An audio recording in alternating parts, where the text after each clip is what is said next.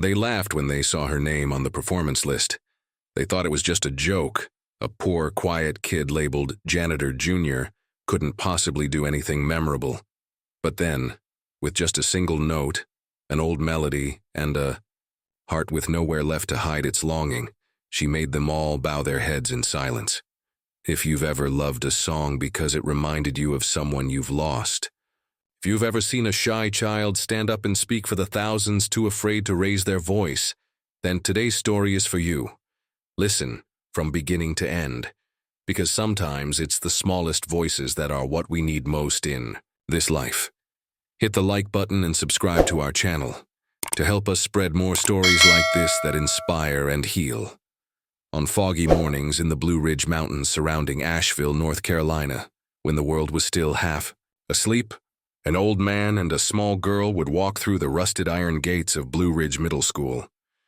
His hand gripped a jangling ring of old keys, while the girl clutched a worn notebook. They didn't talk much, but their footsteps had long become a familiar rhythm in this school. Clara Mae Johnson, 11 years old, had lived with her grandfather, Mr. Earl, since her mother died of ovarian cancer 3 years earlier.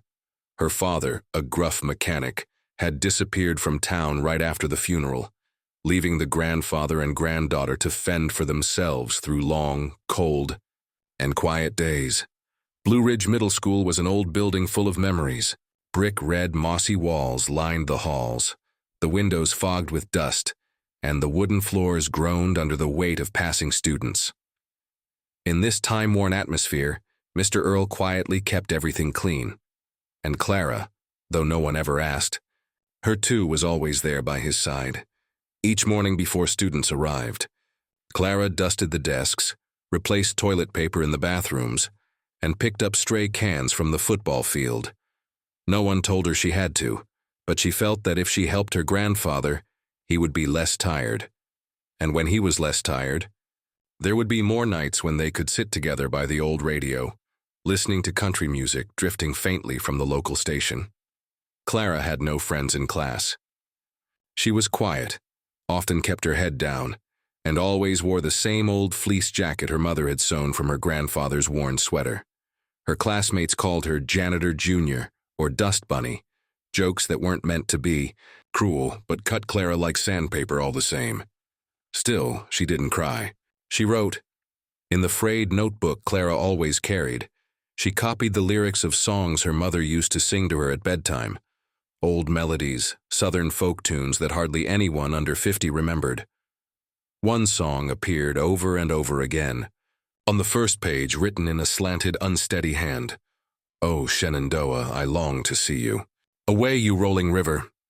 The memory was so vivid that all Clara had to do was close her eyes, and she could hear her mother humming in the dark, sometimes hoarse from fatigue, sometimes bright like a final ray of sunlight, but always a place of safety for her small, aching heart. Mr. Earl didn't talk much, but the way he looked at Clara always held something deep, as if he were seeing his late wife in the eyes of his granddaughter. After school, when Clara returned home, a tiny one-room apartment behind a farm supply store, he would make dinner with mashed potatoes and fried eggs, and on nights when he was in a good mood, he'd play the harmonica. Clara had never heard him speak of the past. But once, when she asked how he knew so many old songs, he just smiled. Back in the day, I stood on a little stage in Tennessee. But life took me down a different road. She didn't ask further.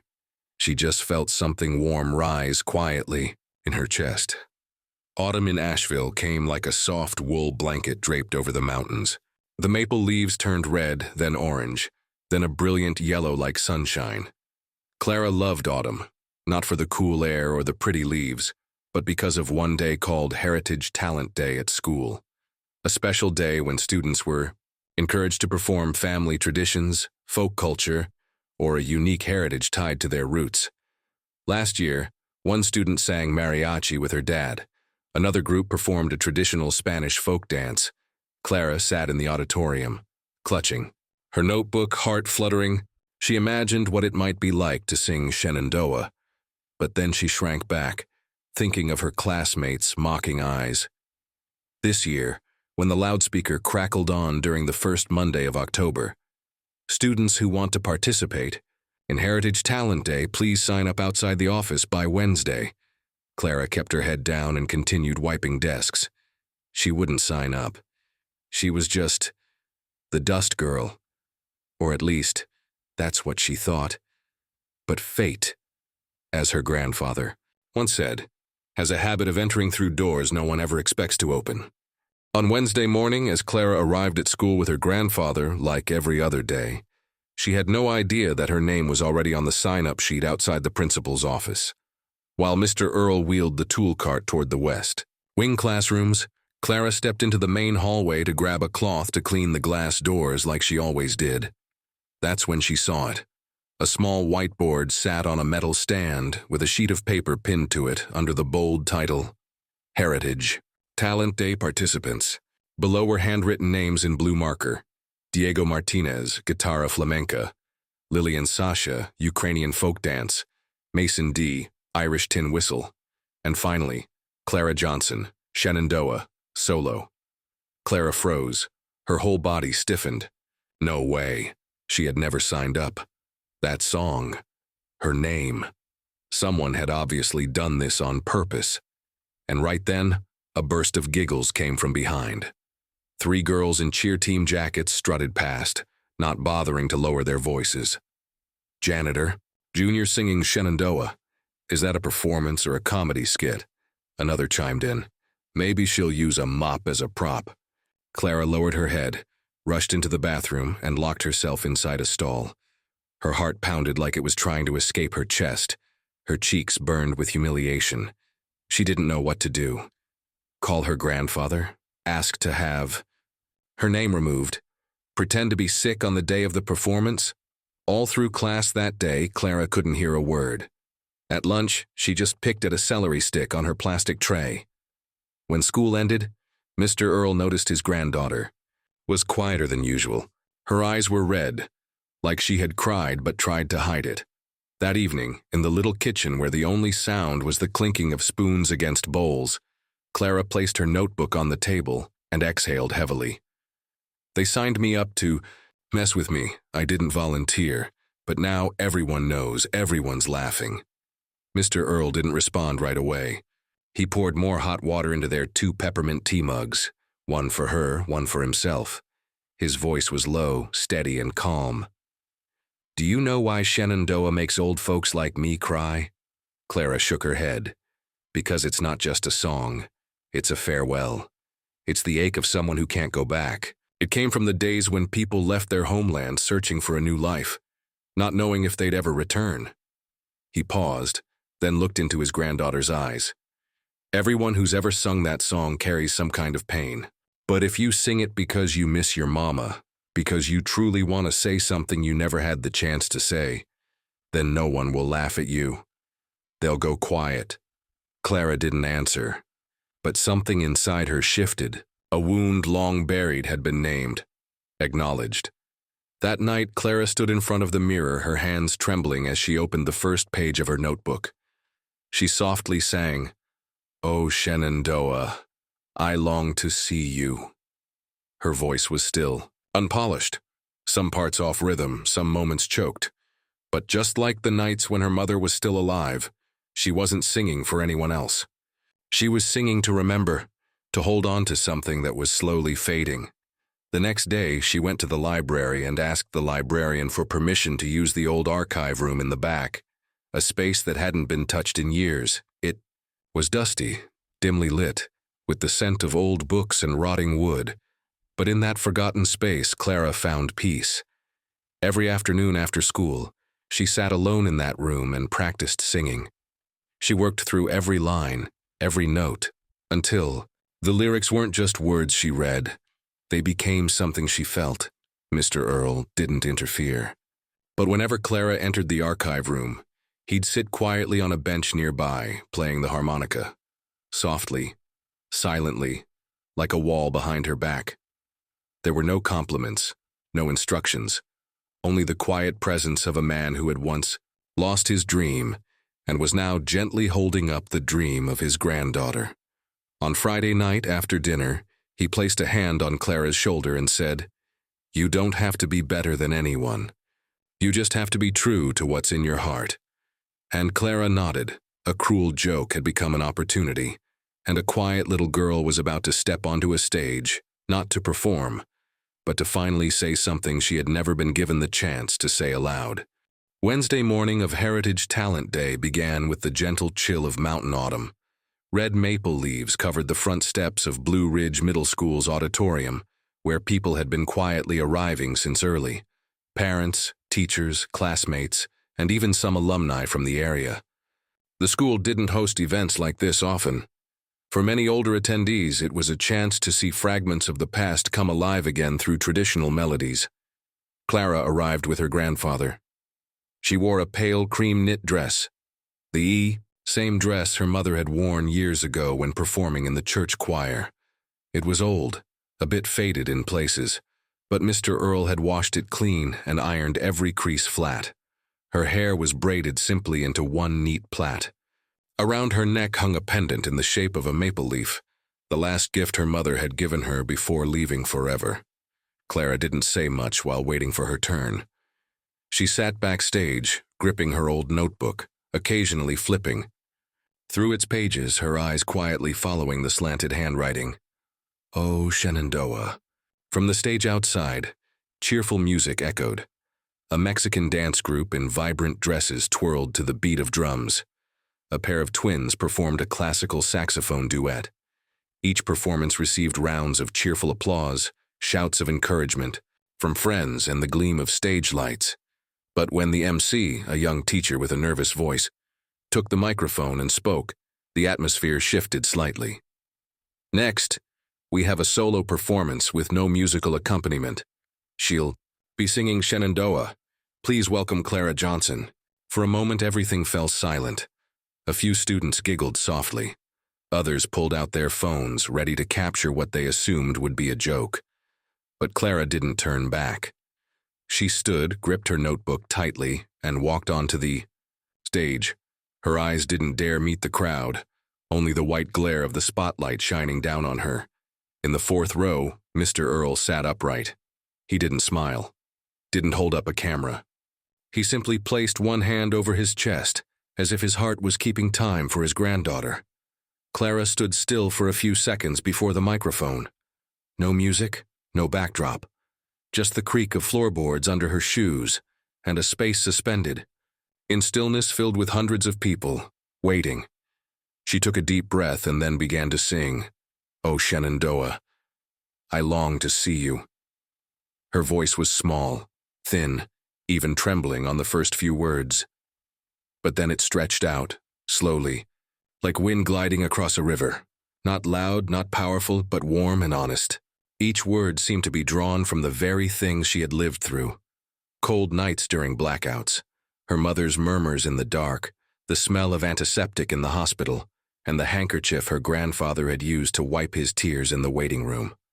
Note by note, Clara told it all, and the auditorium gradually went quiet, not out of politeness, but from a feeling no one could quite name. An older teacher, who had taught music at the school for 30 years, quietly removed his glasses. His eyes were red. A parent at the back of the hall reached over and squeezed their child's shoulder, whispering something softly. On a student's phone mid-recording, the hand holding it slowly dropped down. No one had expected that the girl who had been mocked just the day before could release a voice that made the entire room forget how to breathe. When the final line rang out, "Away, you rolling river," Clara held the last note for a long moment before gently bowing her head. 1 beat, 2 beats, 3 beats. No one clapped.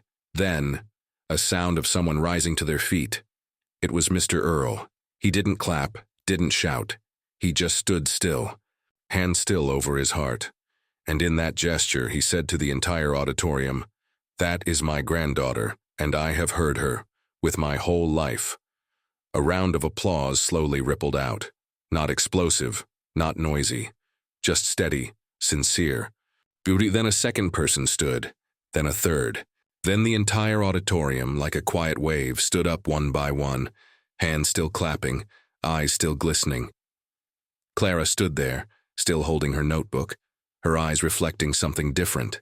Not pride, but the feeling of being seen, of being heard, of being believed. Not because she was perfect, but because she had dared to be honest. Clara couldn't quite remember how she walked off the stage. Everything after the applause became a shimmering blur. The lights, the handshakes, the surprised whispers, and even the eyes that had once been cold now glistening like the sky. After a rainstorm, Mr. Earl came up to her, said nothing, and gently placed a hand on her shoulder, nodding softly. In that look was a sky full of pride, without a single word needed. After the performance, once most of the students had left, an older woman approached Clara. She wore a dark wool coat, a thick scarf wrapped around her neck, and held a simple fabric tote bag. Her face was warm and kind, but her eyes were sharp and clear. She extended her hand, gently but with purpose. "You're Clara Johnson, right?" she asked. Clara stepped back slightly, then nodded. "I'm Evelyn Hart. I used to teach music at the Asheville Folk Arts School. Now I serve as a judge for the Appalachian Music Scholarship Program. And today, you made me stop mid-judging, just to listen." Before Clara could react, Evelyn continued, "I know that song, Shenandoa, is a challenge, not because of its technical difficulty, but because it demands sincerity. You have that. You sing like you're carrying an entire forgotten world in your heart." Mr. Earl, standing nearby, squinted slightly. "You're talking about what music scholarship?" "We select 2 students each year from the mountain region for a summer term scholarship," Evelyn said, then turned back to Clara. "If you're willing, I'd like to invite you for an official audition next week. No need to memorize notes, no need for performance attire. Just you and your honest voice."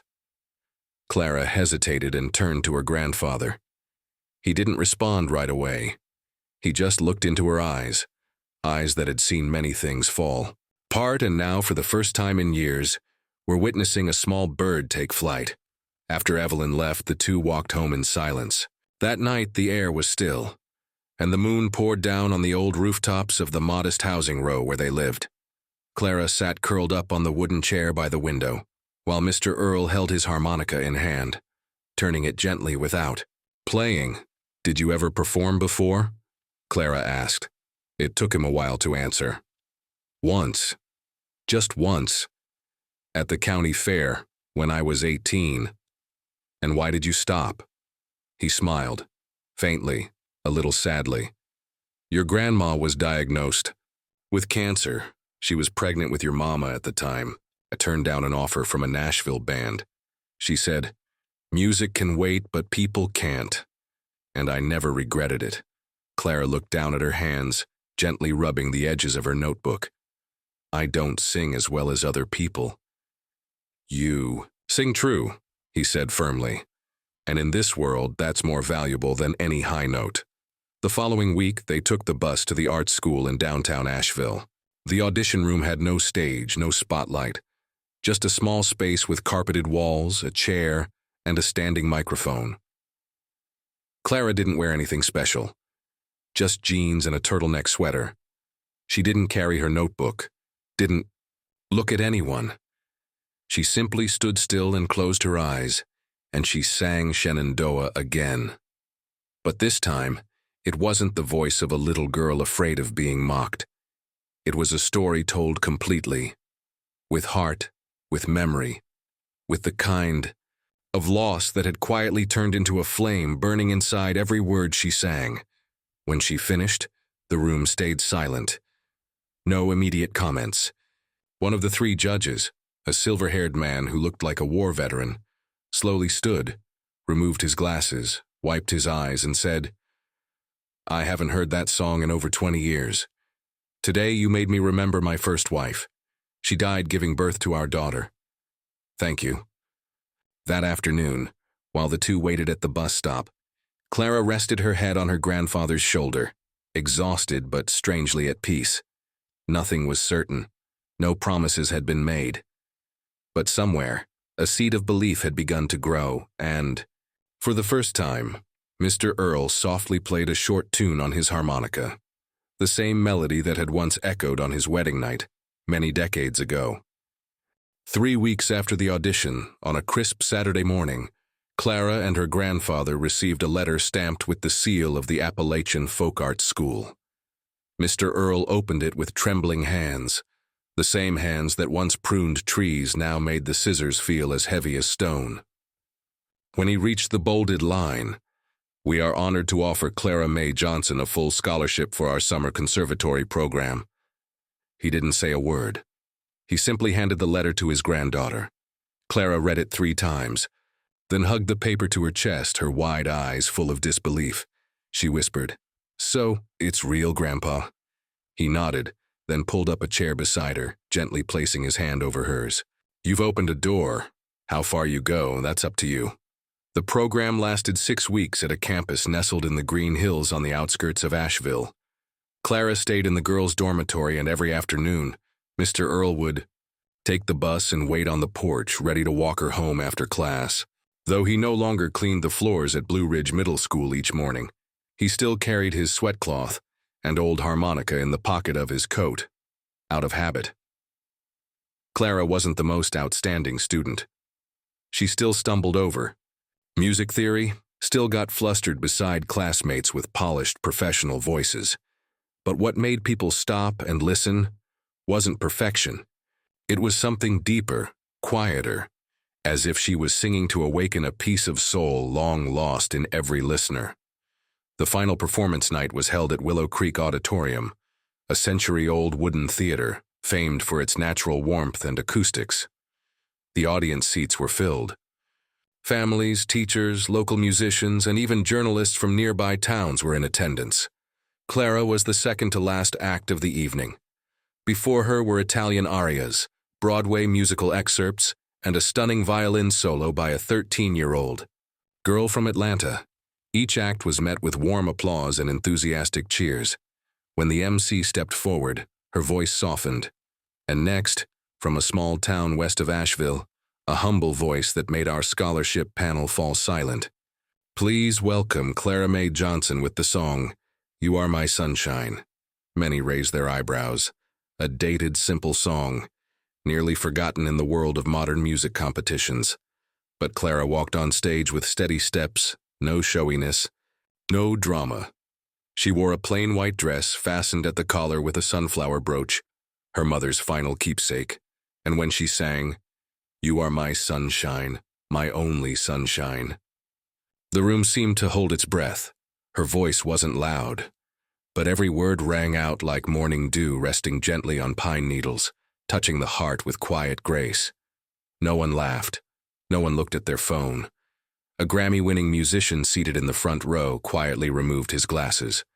A vocal coach pulled her scarf tighter around her neck and bowed her head.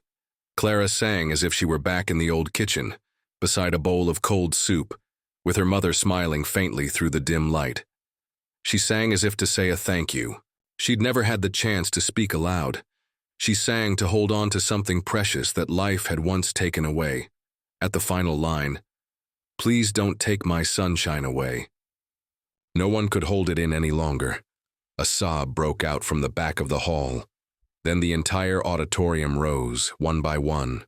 No thunderous applause, just heartfelt clapping, steady and sincere, as if to keep the song echoing even after it had ended. Among the sea of people, Mr. Earl stood too. But he didn't clap.